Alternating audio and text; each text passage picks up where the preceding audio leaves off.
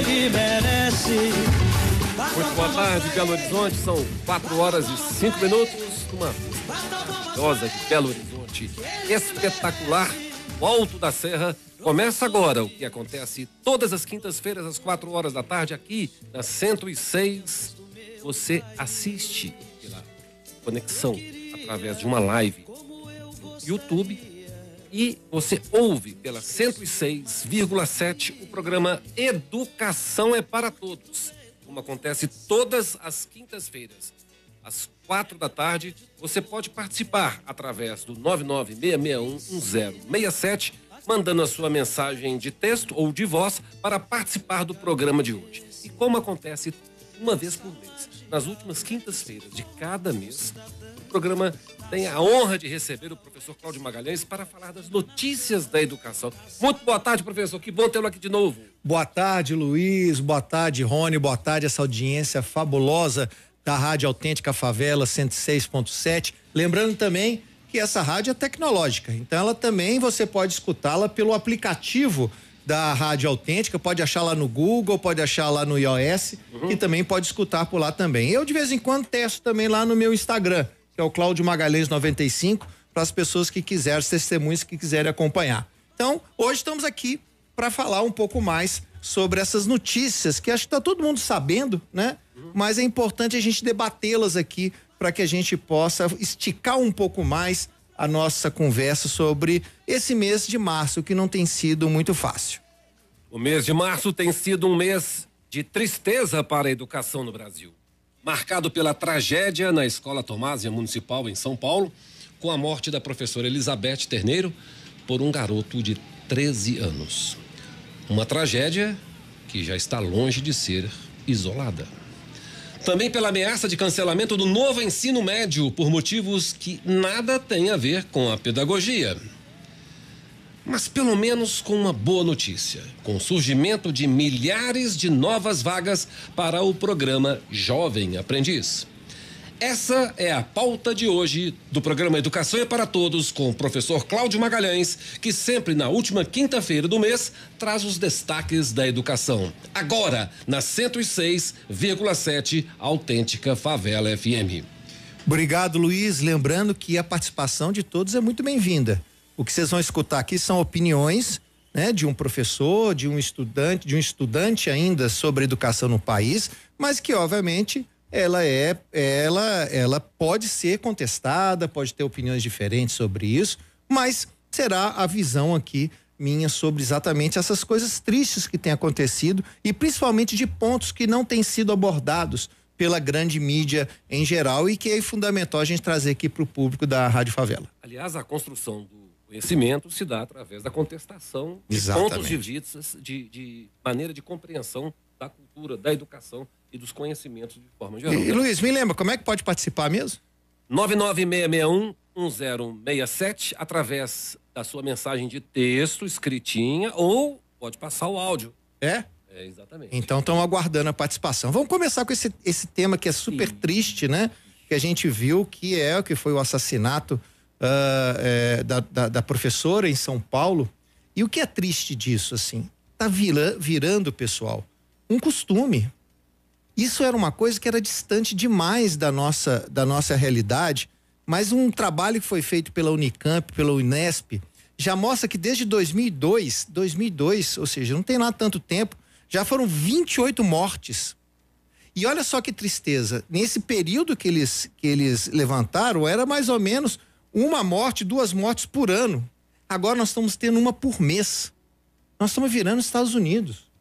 E outra coisa, e ainda não viramos os Estados Unidos porque nós demos a sorte de dar uma virada na nossa política armamentista. Porque boa parte dessas mortes, Luiz, foram de arma branca, com uma facada que a professora recebeu e que a matou.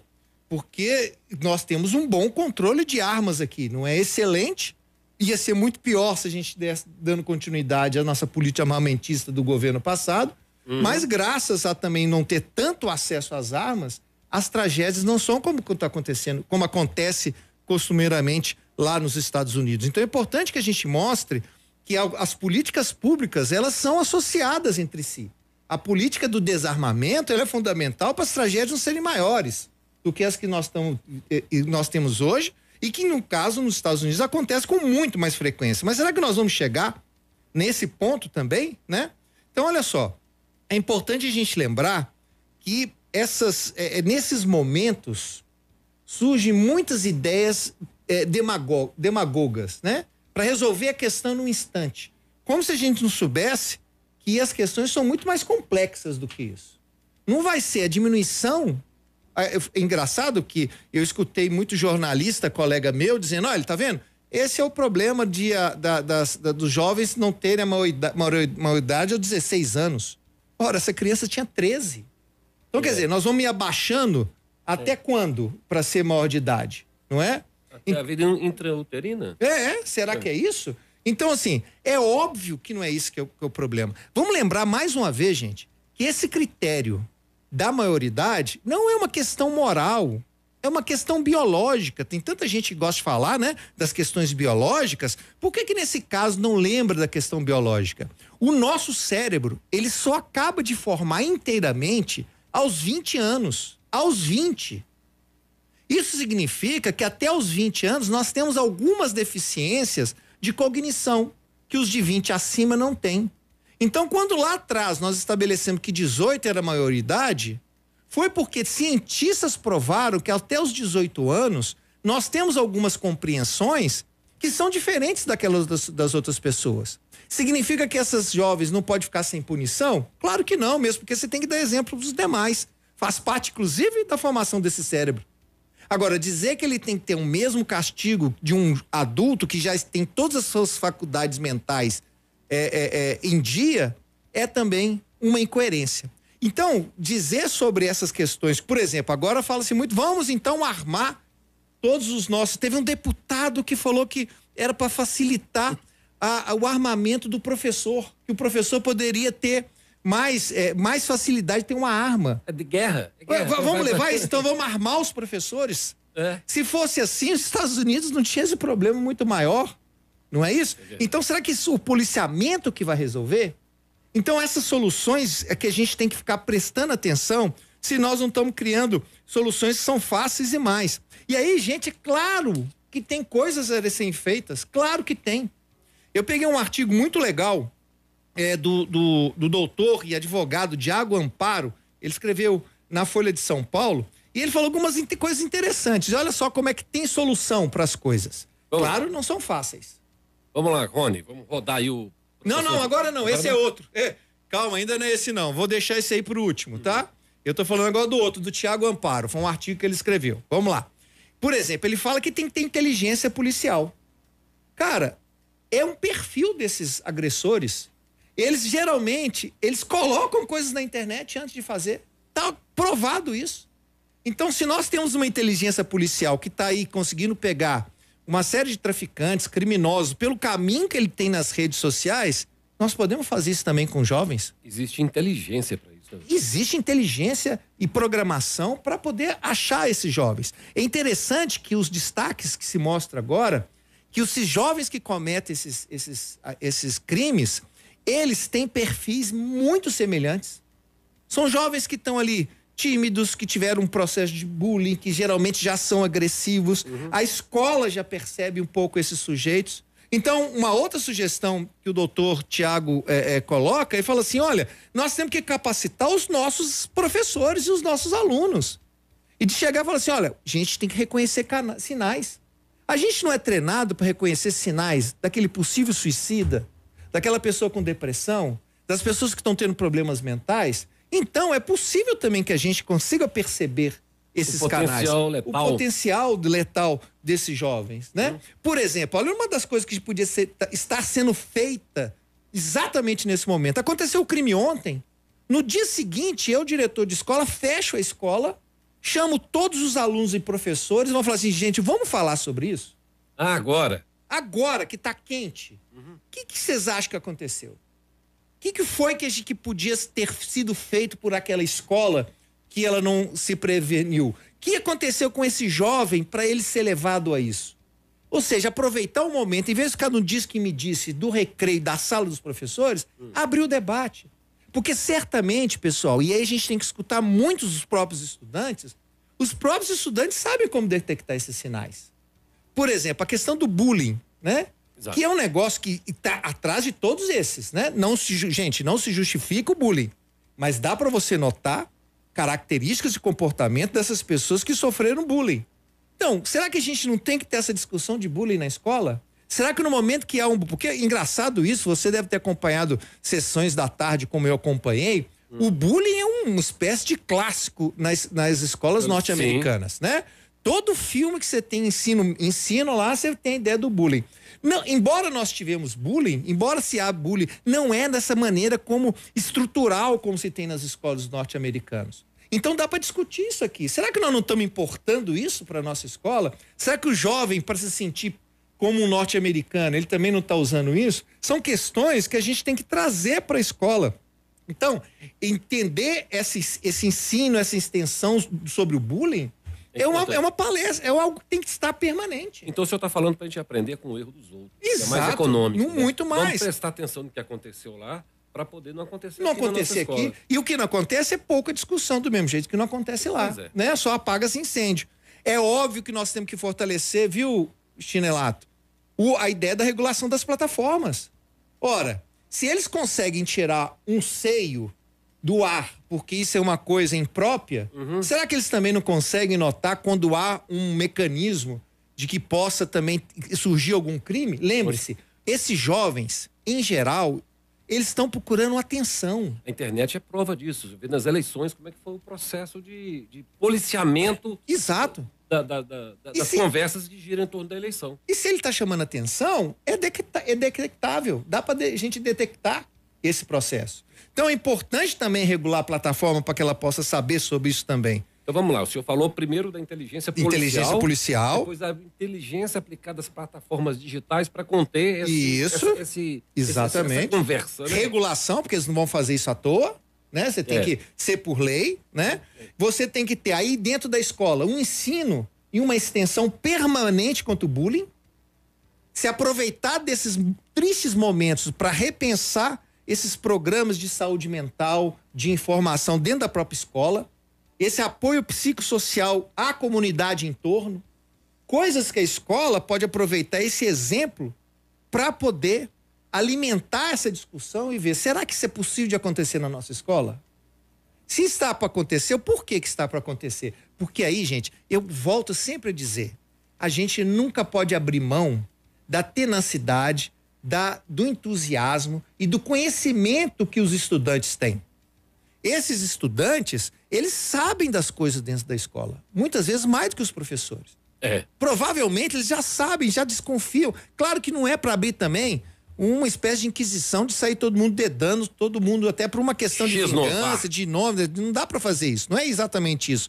Mas os professores têm a capacidade de fazer esse filtro, né, de pensar o que tá, trazer a galera para poder conversar sobre isso. O suporte psicossocial, né? Também. E aí eu fortaleço aquela educação para todos da semana retrasada, que você trouxe aqui a professora para ela falar sobre a participação juvenil nas escolas. Ah, sim. Não seria um ótimo momento a gente trazer os grêmios, as associações de alunos, para que pudesse discutir sobre isso? Para fazer um jornal, para fazer, gente, ok, como é que nós vamos fazer isso aqui para que não aconteça na nossa escola, na nossa comunidade? Porque hoje o que a gente vê muitas vezes, alguns grêmios funcionando apenas como representante de turma para resolver problemas sobre se precisamos de um ventilador ou não na sala. Mas esse é o momento legal para a gente poder fazer. E principalmente aproveitar esse momento para conversar sobre o medo na sala de aula com os alunos, que seja particular, que seja em grupo, que seja uma temática na sala de aula. São coisas muito importantes para a gente aproveitar esse momento para fazer isso. E esse é um momento tão sério que até o Diogo Almeida, não sei se você conhece, que é um humorista que fala muito sobre educação, é divertidíssimo, muito bacana. O cara foi professor durante muito tempo, né? Foi casado com o professor, como ele fala, e ele, através do humor, ele costuma falar muito sobre verdades da educação aqui também, né? Tá falando da professora Priscila Ramalho, que estava falando sobre a participação, ela que é da Associação Imagem Comunitária, aliás, Associação de alguma coisa cidadã, uma associação, uma ONG que trabalha com iniciativas cidadãs, AIC. E aí, o Diogo trouxe um outro ponto que a gente estava esquecendo, que passa batido dessa história toda. Se olha para a professora que foi assassinada, de acordo com ele e de acordo com a minha visão, concordo com ele também, com uma visão equivocada.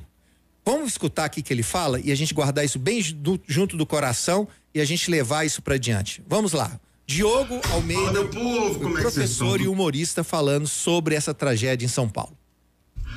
Fala, meu povo, como é que vocês estão? Tudo bem? Gente, é o seguinte, eu sei que eu sempre trago vídeo de humor para vocês, esse é o meu compromisso desde outubro de 2017, toda terça-feira eu trago um vídeo para você de humor. Mas hoje eu peço licença para fazer um desabafo, vou desabafar mesmo. Diante do ocorrido ontem, né, a professora Elizabeth faleceu, 71 anos de idade, o atentado. E só não foi maior porque outra professora interviu, a professora Cíntia de Educação Física. E negócio de Educação Física sofre preconceito, né? Ah, que nem são professor. Imagina se eu não fosse a professora de Educação Física, a tragédia seria maior. E o meu desabafo é o seguinte, parem de romantizar a profissão do professor. Parem de romantizar a profissão do professor. Ah, porque o professor, por amor. Nossa, profissão mais linda. Professores por amor. Meus 2 ovos. Parou, gente. Pelo amor de Deus. O professor, ele é muito mais professor por necessidade do que por amor. Vamos ser sinceros? Professor é muito mais professor por necessidade, porque precisa, porque tem boleto, porque no dia 5 as contas vêm. É por isso. É lógico, vamos separar as coisas aqui. Vamos separar. Professor ama o aluno. Professor ama o propósito. Mas a maneira como esse propósito se dá no Brasil, não existe amor nisso aqui. O professor, a maneira como a educação acontece no Brasil, uma educação exploratória, uma educação com carga horária excessiva, uma educação com desvalorização, com desrespeito, o professor, ele não ama essa educação, ele suporta essa educação, porque ele precisa. Você acha que o professor ama trabalhar 3 períodos para tentar ter um salário digno? Você acha que o professor ama ter turma com 40 alunos? Com defasagem. E nessa turma com 40 alunos, ter, né, a mesma turma, 4 ou 5 alunos de educação especial inclusiva e o professor não ter suporte nenhum para isso. Você acha que o professor ama tirar dinheiro do próprio bolso para comprar material? Você acha que o professor ama não ter armário? Você acha que o professor ama não ter recurso? Você acha que o professor ama não ter tempo para planejar e ter que tirar o seu tempo de folga para poder planejar, corrigir e avaliar? Você acha que o professor ama isso de verdade? Vamos ser sinceros. Você acha que existe amor nisso? Não, meu filho. Existe necessidade. O professor encontra no amor uma justificativa para tentar amenizar esse sofrimento e amenizar essa angústia. A professora Elizabeth tinha 71 anos de idade. A professora Elizabeth tinha 71 anos de idade. Uma professora que encara um sistema público de educação, com alunos, com um sistema defasado, aos 71 anos de idade. A gente está falando de amor ou a gente está falando de necessidade? Será que se essa professora, se a Elizabeth tivesse, aos 71 anos de idade, uma aposentadoria digna,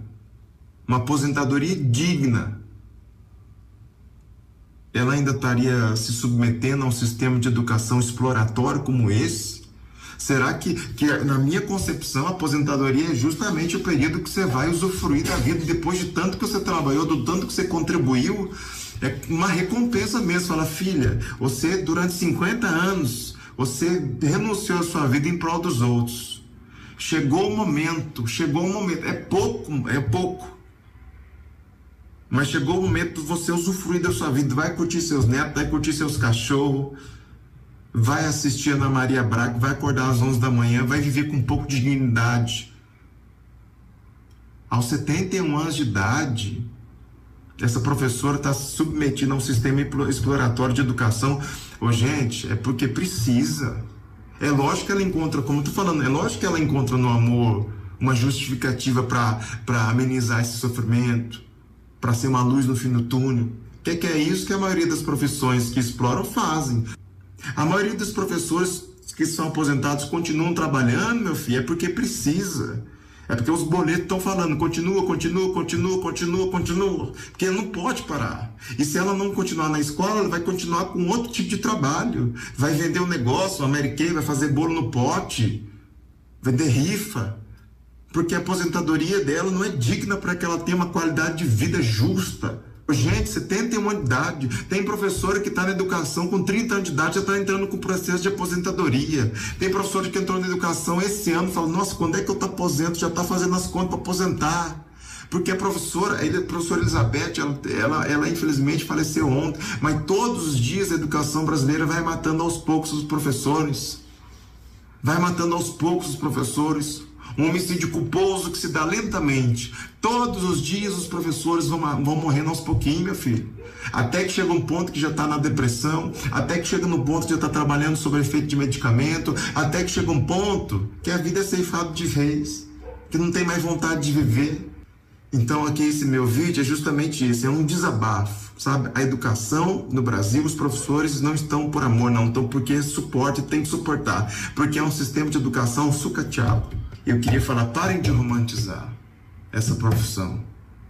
O professor ama um aluno, mas ele não ama como a educação se dá no Brasil, não. Que a educação no Brasil é uma mentira. Que o sistema de educação no Brasil é uma mentira. Ele simplesmente faz uma maquiagem. É igual quando tem buraco na rua, você entra em contato com a prefeitura e fala, minha rua está tudo esburacada. Ao invés dele refazer, mexer no alicerce para que aquilo não aconteça mais, ele só vai lá, bota um tantinho de areia, faz uma maquiagem, passa uma base da Virgínia, dá 2 meses a rua está esburacada de novo, que é para inglês ver. A educação no Brasil vive de maquiagem, meu filho, mas eles não mexem no alicerce, não, porque não quer investir, porque a educação não é prioridade. O dia que os professores tiverem mais dignidade, mais valorização e mais respeito, o dia que esse amor for recíproco, que o professor ama o que ele faz, mas também ele encontra na educação um amor legítimo por ele, onde ele ganha bem.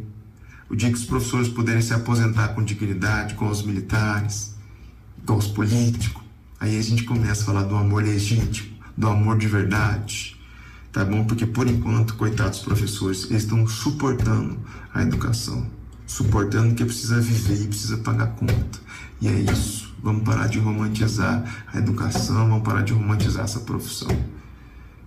A maioria dos professores, como eu falei, tomara que ganhe na Mega, e se ganhar na Mega, não pisa nem na escola, passa que o céu tá longe. Tchau. Desculpa o desabafo aí.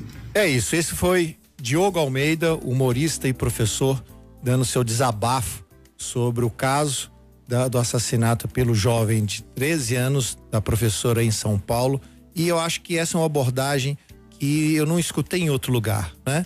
Se aproveita muito da história da idade, aliás, o etarismo está por trás disso. Ela tem 71 anos, né? E aí significa o quê? Que se ela fosse mais nova, o desastre ia ser menor, ia ser menos chocante, né? Por outro lado, esse romantismo que o Diogo fala sobre, afinal de contas, olha, não precisava nem trabalhar, né? E estava lá por amor. Isso deixa bem claro que nós temos outras questões para discutir sobre a educação, que esse caso também nos eleva a pensar sobre isso. O que você acha, Luiz? Eu acho que esse é um exemplo, um troféu para poder a gente, infelizmente, erguer como o símbolo da precariedade da educação. Precariedade do professor, do sistema educacional, a falta de políticas públicas voltadas para essa finalidade. Infelizmente, nós temos que passar por uma prática dessa depois de acontecido para poder refletir. Infelizmente, o poder público devia ter olhos para respeitar o professor, respeitar os vencimentos, respeitar o valor que ele tem, dando para ele recursos tecnológicos, recursos pedagógicos e, principalmente, salário. É isso aí. Ô, Luiz, e na realidade as má notícias não acabam não, viu? Nós temos ainda temos outras má notícias hoje desse março triste que a gente teve também. A gente não acaba, não acaba, né? 31 dias, não é possível, vê se acaba logo, né? Vamos ver se abril melhora. Então, tá tendo um debate muito forte agora que o ensino médio tá efetivamente aplicado, passou, digamos, ele entrou justamente na pandemia, depois ele teve aqui o ano passado, que foi um ano de readaptação para todo mundo depois da pandemia, agora efetivamente ele começa a rodar e agora está muito forte uma pressão para que fosse revogada revogado o novo ensino médio, né? Esse projeto que já está implantado e que já tem um tempo já está um tempo implantando, indo na tentativa de implantar. Eu andei lendo, escutando os contra-argumentos para isso. Eu quero falar um pouco sobre isso. Volto a dizer para nossa audiência que essa certamente, eu não sou o dono da verdade, certamente muitas pessoas podem discordar de mim, mas como eu tenho o privilégio de estar aqui falando sobre essa visão, acho que tenho o meu lugar de fala como estudioso da educação há muito tempo e um carinho muito grande pelo ensino médio também há muito tempo. Acho que posso falar algumas coisinhas sobre isso. Por isso, né, tá bom, então. E aí, claro, você pode participar colocando o seu contraponto, se você acha que eu não estou de acordo, que eu não estou certo, dê a sua opinião aí. Como é que faz, Luiz? 996611067, através de mensagem de texto ou mensagem de voz, aqui para 106,7. Então vamos lá. A minha visão hoje, então, qual é o caso? Está querendo se cancelar a reforma do ensino médio, ou seja, o novo ensino médio, do jeito que já está rodando. Vamos explicar como é que é o novo ensino médio para aqueles que estão nos ouvindo aqui, que não estão acompanhando essa... Vamos lá. A experiência, gente, é a seguinte: há muitos anos atrás, há há décadas de anos atrás, alguns países perceberam, até por conta, né, de só observar, né, gente, que o adolescente, com as novas tecnologias, efetivamente ele não tem mais a necessidade do desenvolvimento abstrato que se tinha antes das novas tecnologias. Então, quando a gente ensinava trigonometria, ensinava todas as matérias de uma vez, lá no ensino médio, era também uma tentativa de fazer com que os jovens tivessem um desenvolvimento do pensamento abstrato, ou seja, colocar aquilo, né? Então vamos pensar, vou dar um exemplo clássico. Se eu tô lá no ensino fundamental e eu estudo o que é uma célula, e uma célula eu consigo ver pelo microscópio, portanto é algo tangível e concreto. Quando eu for estudar biologia, que eu não vou conseguir ver como é que essa célula ela adoece com um vírus ou com uma bactéria, eu tenho que desenvolver pensamento abstrato, quer dizer, eu tenho que imaginar como é que isso acontece. Isso só pode acontecer, falando inclusive sobre a questão da questão penal, quando o meu cérebro já é suficientemente formado a ponto de eu ter pensamentos abstratos, porque antes disso ele não vai ter essa capacidade de fazer isso, né? De imaginar coisas abstratas. Só quando a gente alcança a adolescência que o cérebro consegue imaginar coisas abstratas que não estão no real, não são tangíveis, não dá para encostar. E aí a gente fazia isso lá no ensino médio, e aí você ia ensinar trigonometria, por exemplo, né? Que se a gente pensar, o que eu vou usar trigonometria? Mas era para você desenvolver a matemática concreta de forma abstrata. Pois bem, depois, quando as novas metodologias, novas tecnologias, hoje um jovem, por exemplo, consegue desenvolver o seu pensamento abstrato num videogame, num livro mais complexo, né? Em todas as informações que ele recebe todos os dias na televisão e ou seja, o pensamento abstrato dele já é jogado na cabeça dele, ele já não precisa mais disso. E aí o jovem começou, já tem um estímulo para o pensamento abstrato. E aí começamos a ter um enorme problema no ensino médio, que era o jovem dizendo para si e para todos: para que eu preciso do ensino médio? Para que eu gostando de música, preciso aprender sobre uma disciplina que não tem nada a ver com música, né? Ou vou estudar, sei lá, geografia. Por que eu vou precisar de geografia nesse momento? E aí, é claro, né, gente? Eu tô falando de forma mais abstrata, mais generalizada, porque é claro que eu preciso estudar a geografia para entender, por exemplo, a história da música. Mas, obviamente, eu não preciso entender dos estratos geológicos para usar na música. Assim que acontece com a química. Ok, será que eu preciso saber quais são a forma que os organismos geneticamente se formam? Coisa que efetivamente alguém que quer estudar medicina certamente vai precisar saber. Então, em algum momento, se percebeu que existia um excesso de conteúdos para eles ensinam no ensino médio, a ponto deles falar assim: isso não tem mais sentido para mim. E aí, vários países começaram a fazer distinções de falar: lá no ensino médio, nós vamos ter algumas matérias que são básicas, e isso que acontece no ensino, por exemplo, na reforma do ensino médio hoje, continuamos com 60% das disciplinas básicas, português, matemática, ciências básicas, educação física, série de disciplinas que continuam as mesmas. São básicas daquela que nós tínhamos. Sim. Só que 40% dessas disciplinas agora, o aluno começa a optar. Ele começa a dizer o seguinte: eu me interesso mais para as questões sociais. Então, você vai estudar filosofia, sociologia, vai ter mais disso na sua disciplina do que provavelmente química e geografia.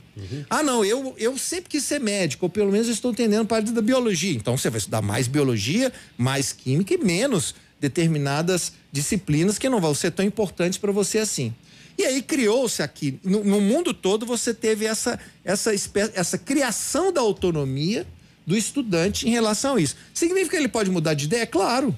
Ele pode mudar de ideia e fazer outras disciplinas. Além do mais, nós tínhamos a pretensão de viver lá antes, né? Por volta de 60, 70 anos. Hoje a nossa média de vida é muito mais. Então essa juventude pode esticar um pouco mais e reaprender outras coisas, mas porque a gente não pode parar de pensar. E voltar e continuar e fazer. Não é o problema. Mas sabe-se que boa parte dos jovens, quando chega nessa idade, todo pai e mãe já consegue olhar pro filho e falar assim: eu acho que esse aqui tem mais jeito para matemática, eu acho que esse tem mais jeito para humanas, eu acho que tem mais para a área da saúde. E criou-se então essas trilhas que seriam de seguir para que o jovem já pudesse se encaminhando dentro da sua vocação, da sua maneira de pensar. O jovem ele tem mais acesso, portanto ele tem uma condição de perceber a sua vocação mais cedo do que quando era antes. Tempo, né? Então, posto isso, vários países, principalmente os países nórdicos e europeus,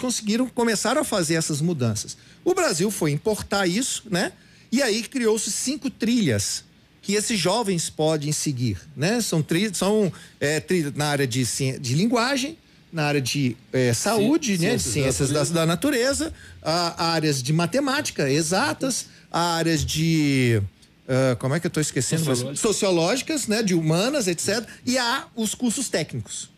Então, pode escolher para isso. E aí ele vai seguindo, então, essas trilhas para isso. Na realidade, esse é o resumo do que seria o ensino médio. Pois o professor é isso. Você faz uma pergunta para ele, dá uma aula. Bom, tá com problema? Claro que está com problema. Todas as coisas, quando se implantam, ela tem problemas. E realmente tem uma série de problemas que ainda não foi corrigido porque ele está em implantação. Então vamos lá, vamos falar primeiro do projeto, quando começou essa ideia. Isso é muito importante, que é um dos primeiros argumentos de quem fala que tem que cancelar. Vamos lá, eu escutei hoje assim, não, mas isso é um projeto do governo Temer. Esse para mim, Luiz, é o maior problema, é o que dói no peito, sabe assim? Porque me parece muito quando falam isso, porque não foi do meu governo.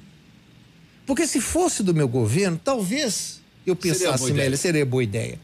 Porque fala assim, foi o governo Temer. O governo Temer teve no máximo 2 anos. Ninguém implanta um projeto dessa envergadura planejando-se 2 anos. Esse projeto está sendo imaginado nesse país há mais de 10 anos. Sim. Inclusive, ele foi imaginado junto com o currículo básico, com aquele aquela implantação do novo tipo de currículos que está tendo. Quando foi feito isso, o BNCC, né?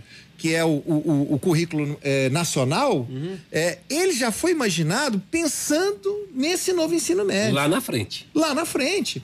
E aí me dói o coração quando alguém me fala assim, mas em 98, né? Se parou de discutir sobre o ensino médio. E só foi discutir no governo Temer em 2016. Aí eu fico pensando, será que o país de 98 a 2016 não discutiu o ensino médio? É claro que discutiu.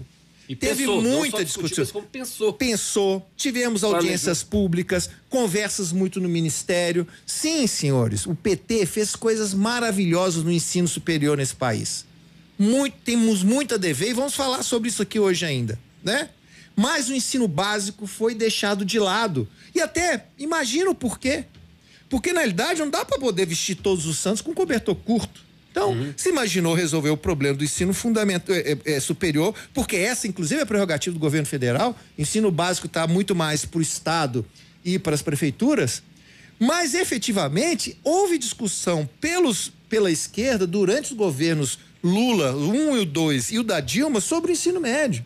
Então, muito desse ensino médio que está aí hoje foi uma discussão pública por vários setores do país todo, e ele entrou no governo Temer muito mais por uma questão de embalo e inércia. De continuidade, né? De continuidade, que propriamente alguém do governo Temer chegou e falou assim: agora nós vamos fazer uma revolução. Não foi inovação. Não foi inovação. Nós já estávamos perseguindo esse troço há muito tempo, porque a reclamação dos estudantes de ensino médio é antiga e é mundial, e você tem exemplos mundiais de bem-sucedidos nisso. Então, essa discussão de dizer que não foi, que é de hoje, que é do governo Temer, é conversa fiada. É um projeto que há muitos anos se estuda. Não implantou do jeito que a gente discutia. Ok, nós podemos rediscutir isso. Mas isso não significa que a gente vai, né, que precisa cancelar. Eu vou fazer para você, Luiz, uma simples metáfora. Digamos, pessoal, que a gente tenha descoberto que um determinado mal que nós temos na nossa sociedade, ele não se resolve, ele tem 5 vertentes diferentes de resolver. Digamos que é um vírus que ele age de maneiras diferentes nas pessoas. Nos velhos de um jeito, nos jovens de outro, nas mulheres de uma terceira maneira, nas crianças de outro, nos homens de outro. Então o que eu tenho que fazer? Eu vou criar 5 vacinas para resolver o problema desse mal, que antes eu resolvia com uma vacina só, certo? Agora não, vou precisar de 5 para resolver. Aliás, já acontece isso com algumas vacinas, né? Bomba do Covid, essa que é melhor para o idoso, essa que é melhor para a criança, né? Ok, vou criar 5 vacinas. Qual uma discussão que se tem hoje? As escolas têm que dar 5 trilhas, né? Trabalhando as 5 áreas do conhecimento. As 5 trilhas da áreas do conhecimento. Mas elas só estão ofertando 2. Então, nós temos que cancelar. Mas peraí, então deixa eu entender bem. Então quer dizer que se eu conseguir progredir na minha ciência de que o melhor para esse mal, que no nosso caso é a ignorância, a evasão do estudante do ensino médio, né? A desmoralização do ensino médio, seriam 5 vacinas, eu vou falar, e só estou conseguindo 2, então eu vou jogar fora o projeto e voltar para uma. Lembrando que quem tem que fornecer essas 5 vacinas é o Estado. Então, se não é o Estado e o ensino público, o privado, o Estado tem que fazer de uma maneira para que esse possa. Não vai ser jogando o progresso intelectual que tivemos para mostrar que é preciso essas 5 vacinas para resolver esse mal. Então vamos pegar um laboratório para fazer 2 vacinas, outro laboratório fazer outras 2. E isso, você fazer isso, tem que criar uma criação em relação a isso, para sair disso. Jogar água suja com bebê junto não vai resolver o problema. Você só vai voltar a 15 anos na discussão atrás. E tem outra, para ver isso. Se pensar assim, não, pulei da piscina, pulei do trampolim da piscina, na hora que eu tô na metade, já pulei. Vai ter que voltar. Não faz o menor sentido assim. Então, existe, viu, pessoal, uma politização muito grande sobre essa questão do ensino médio, que para mim é muito mais uma invejinha de não poder dizer isso. É clássico no Brasil, hein? A política pode ser maravilhosa, mas se foi meu adversário que implantou... Não presta. Não presta. Isso é clássico, todo mundo conhece uma dessa. Então, é importante a gente lembrar isso, né? De que, afinal de contas, né, a gente precisa resolver os problemas. E não apagar tudo e começar a criar novo, sendo que se um novo não vai ter problemas. E o que eu tenho escutado? Olha, e é muito engraçado isso, porque sempre fala-se sobre as questões científicas, né? Quando se vai se proteger contra Vou lembrar sempre, eu também sou de esquerda, né? Mas tem muitos problemas com o meu campo também. Porque eu acho que eles entram nessa história de politicagem, que é muito afeito da direita, e fica no mesmo jogo. Então, olha só, se a gente tem um problema, né? Esse problema é, por exemplo, da implantação, não tem recurso, aliás, das coisas que se fala também, né? Primeiro, gente, não tem pesquisa dizendo exatamente o que está acontecendo ainda. Eu escutei o mesmo caso em toda a mídia.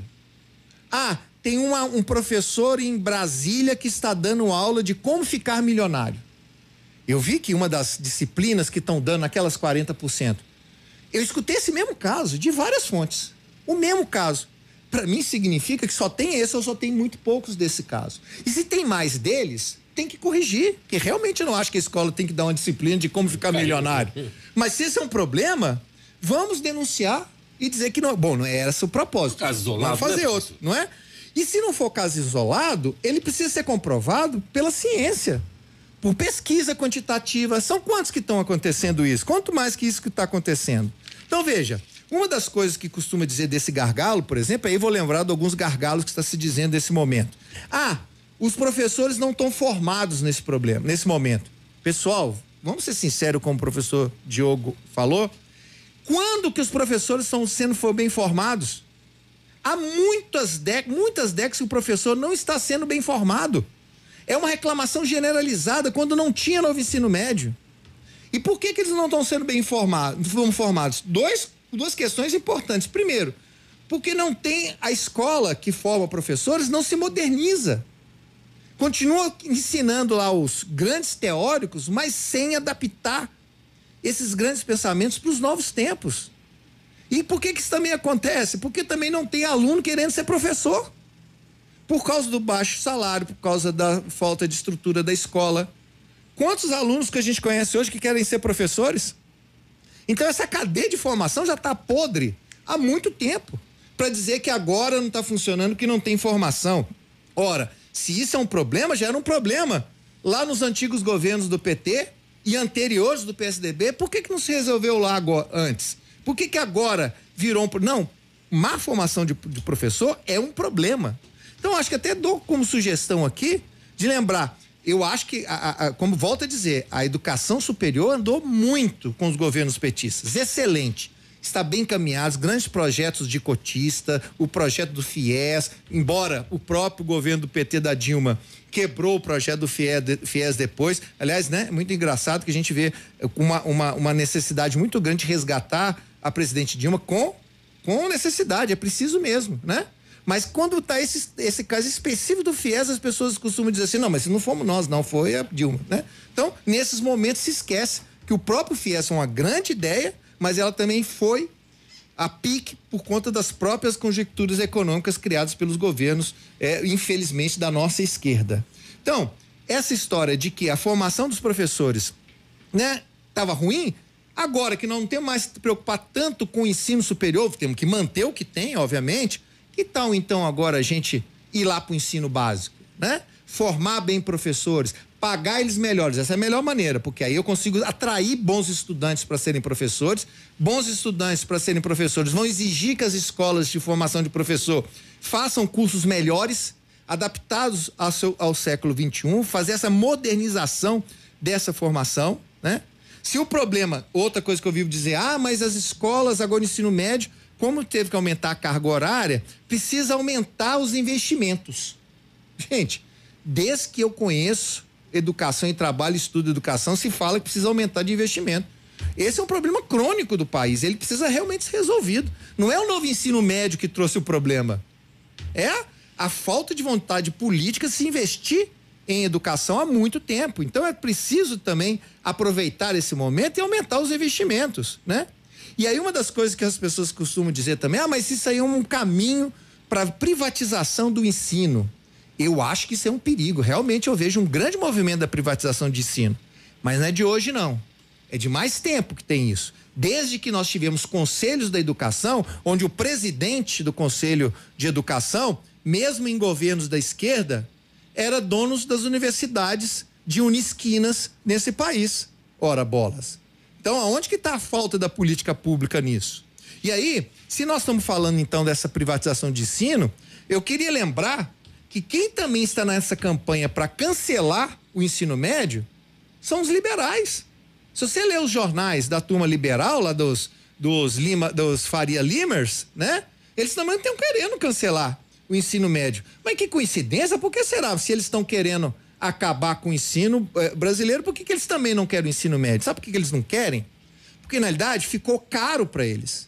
Agora, eles têm que oferecer essas trilhas, eles têm que oferecer esses itinerários, os pais estão cobrando disso e eles estão fazendo as contas e lembrando o seguinte, cara, eu não posso aumentar muito o preço. Eu tenho que investir em laboratório. Isso, e eu vou ter que diminuir minha margem de erro, minha margem de lucro. Ora, bolas. Então, veja que eu tenho dois espectros supostamente antagônicos brigando para cancelar o novo ensino médio, sem ter dados estatísticos confiáveis de que realmente não está funcionando. Então, quando acontece isso para mim, eu fico com os dois pés atrás sobre essa história, né? Então, nós temos que realmente acabar com esses problemas, com esses defeitos, vamos fazer um monte de reportagem e apontar onde está errado. E vamos tentar corrigir. Mas corrigir é uma coisa. Cancelar, como o professor Luiz disse, o pulo de cima do trampolim, já era. Não tem jeito. Voltar atrás de milhares de estudos dizendo o ensino médio tem a sua evasão pela completa desmotivação dos estudantes do ensino médio pela sua escola. Não dá, professor, já começou o processo. Ele não foi muito bem executado, ele não foi articulado da maneira ideal, mas foi assim, ele já foi startado.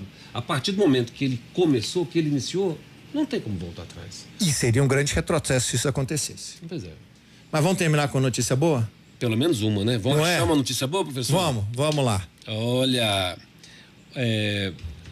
pelo menos uma notícia boa. O surgimento de milhares de novas vagas para o programa Jovem Aprendiz. Eu amo o projeto Jovens Aprendiz, né? Jovem Aprendiz. Jovem Aprendiz, gente, é uma lei em que fornece, por um lado, né? Ela ajuda o empresário, porque consegue ter uma mão de obra barata, né? Entusiasmada, precisando daquele dinheiro e daquele emprego, né? E ele pode empregar de 5% a 15% da sua mão de obra o estudante que vai ali entre 14 e 24 anos. 14 e 24 anos. E 24 nem tão jovem assim, né? De 14 a 24 anos. E, obviamente, ele vai receber um salário, né? Menor do que se tivesse que pagar. O empresário vai ter que pagar menos do que menos encargos, etc e tal. E qual que é o macete disso? Gente, nós temos estatística. Estatística, gente, isso é pesquisa. Não é científico. Não é achismo, tá, gente? Que hoje, praticamente de 50% a 70% desses jovens são reaproveitados na própria empresa. É claro, né? Eu tenho esse sujeito. Menino empolgado. Estudando. Eu vou investir nele. Tô investindo nele. Não vou gastar muito. Não tá lá. Ele tá lá aprendendo com o negócio. É óbvio que eu já tô fazendo um treinamento para ele trabalhar na minha empresa. Um banco de talentos. Então esse é um projeto super legal que ajuda a esses jovens a ter o seu primeiro emprego. Ajuda a empresa. Ajuda a empresa, existe do mercado para isso também. É importante que ele resgata, se bem que ele nunca parou, mas de qualquer forma eu tô vendo resgatando agora no Bolsa Família, que é essa história de você fazer políticas públicas de renda mínima ou de renda suplementar para as famílias carentes que esteja associado à educação. Porque a gente viu que a Bolsa Família se desvirtuou quando desligaram ela da obrigatoriedade das crianças nas escolas. Né? Hoje, já vamos voltar com isso. Então, é importante que as políticas públicas estejam associadas com as políticas educacionais. Então, isso é muito legal, tá, gente? Olha só, e as notícias que eu vou trazer rapidamente para quem tá me escutando, você que é jovem, você que conhece um jovem, né, dentro dessa faixa etária, que tá estudando, ou que não tá estudando, e você vai incentivar ele a estudar para que ele possa se aproveitar desses projetos do Jovem Aprendiz, né?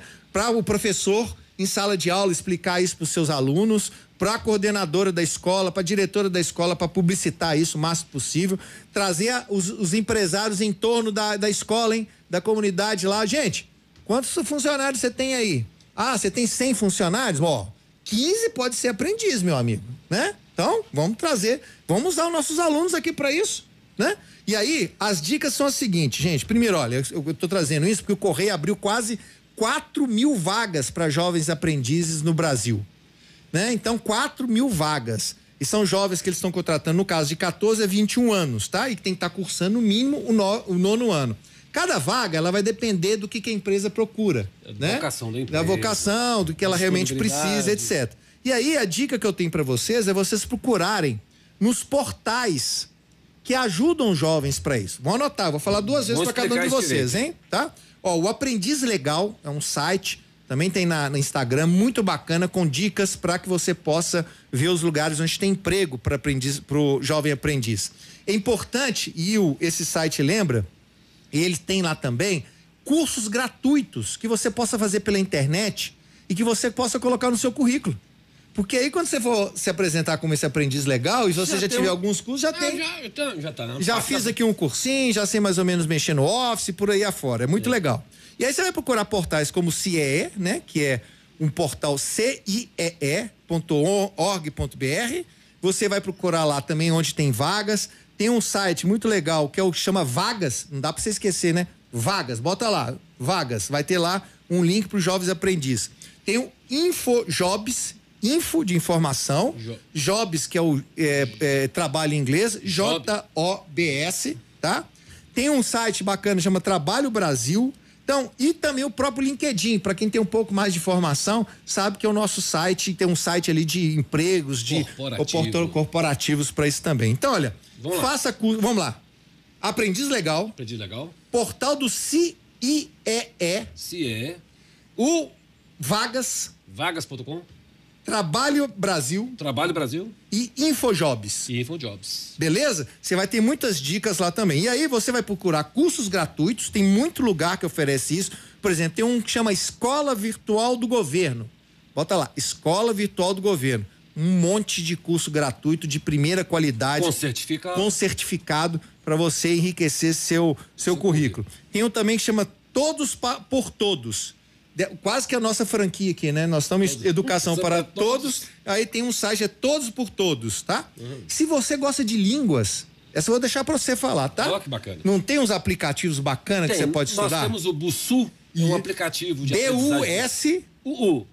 BUSUU. Você conhece, é muito legal. Ele é muito interessante porque o Busuu, ele é capaz de você entrar e colocando os módulos de educação e você faz um teste para saber onde você se encontra e você aprende com línguas nativas, fazendo cursos de 12 idiomas que oferece. Que legal. O Busuu. Ele é interessante. E grátis, né, velho? E também tem um outro aplicativo também muito utilizado como instrumento de aprendizagem de idiomas, que é o Duolingo. Nossas crianças adoram, né? Fantástico, né? Duolingo. Beleza. Duolingo. E aí, pessoal, importante fazer um currículo, tá? E aí tem uns aplicativos maravilhosos. Eu sou fã do currículo do aplicativo Canva. Não é Canvas, não. Canva. Você faz currículos lindos, maravilhosos, usando lá os templates, né? Os modelos prontos. Tem modelo pronto. 0800. Tudo para você ser um jovem aprendiz e conseguir seu emprego e junto com a sua educação e ser tudo de bom. Fazer um currículo bem criativo, isso, bem objetivo, bem sintético e colocar os seus valores. E ser feliz.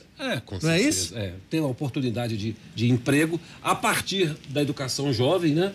Que é uma oportunidade que a pessoa tem de entrar no mercado de trabalho. Quer dizer, precisa de entrar no mercado de trabalho através de uma porta. Agora, nós estamos te mostrando que existe uma porta. A porta é essa, a maçaneta está aqui. Abra e entra, porque essa porta abrirá uma quantidade de outras mais. Sem nunca deixar de estudar. Estudar é importante, né, professor? Fundamental. Olha, gente, eu agradeço demais o professor vir aqui, como acontece todas as últimas quintas-feiras do mês, trazendo as notícias da educação. Ele traz umas notícias que eu não gosto muito, não, porque são notícias tristes, mas que são importantes para o conhecimento, para a gente entender como é que funciona a dinâmica da educação. E é muito legal ter a participação presencial do professor Cláudio Magalhães aqui na Autêntica Favela FM. Gente, é muito legal participar do programa todas as quintas-feiras, às 4h, aqui na Autêntica 106,7 Favela FM. O programa Educação é para Todos, que toda semana está aqui trazendo alguém para falar sobre um tema relevante para a educação. Com os trabalhos técnicos de Rony de Souza, produção de Cláudio Magalhães e coordenação de Deisiana Avelino, com o apoio cultural da Faculdade Multivix EAD Polo Santo Antônio. Fica por aqui para voltar na próxima quinta-feira, às 4h, o programa Educação é para Todos. 0 Autêntica FM.